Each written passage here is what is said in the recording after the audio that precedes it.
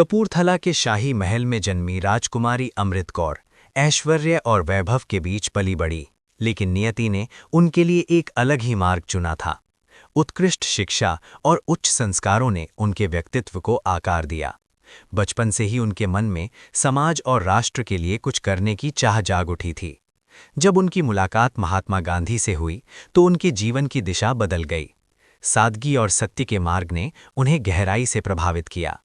राजसी सुख सुविधाएं त्याग कर उन्होंने खादी और सादगी को अपनाया।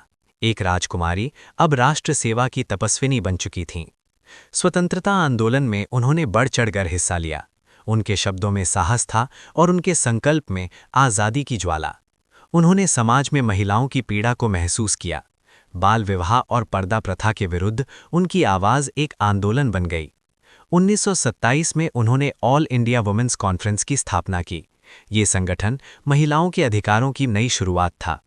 सचिव और फिर अध्यक्ष के रूप में उन्होंने महिला शिक्षा और समानता के लिए निरंतर संघर्ष किया। लेडी इरविन कॉलेज से जुड़कर उन्होंने महिलाओं की उच्च शिक्षा को नई दिशा दी। ब्रिटिश शासन द्वारा दिए गए पद से उन्होंने भारत छोड़ो आंदोलन के दौरान त्यागपत्र दे दिया। उनके लिए राष्ट्र पहले था, पद बाद में। लंदन और पेरिस में आयोजित यूनेस्को सम्मेलनों में उन्होंने भारत की आवाज़ को विश्व तक पहुंचाया। 1947 में पंडित जवाहरलाल नेहरू के नेतृत्व में बने पहले मंत्रिमंडल में उन्होंने शपथ ली। ये एक ऐतिहासिक क्षण था। वे स्वतंत्र भारत की पहली महिला केंद्रीय मंत्री बनी और स्वास्थ्य मंत्रालय की जिम्मेदारी संभाली। ग्रामीण क्षेत्रों से लेकर शहरों तक उन्होंने स्वास्थ्य सेवाओं को सशक्त बनाने का बीड़ा उठाया। उन्होंने एक विश्वस्तरीय चिकित्सा संस्थान का सपना देखा, जो हर भारतीय को बेहतर इलाज दे सके।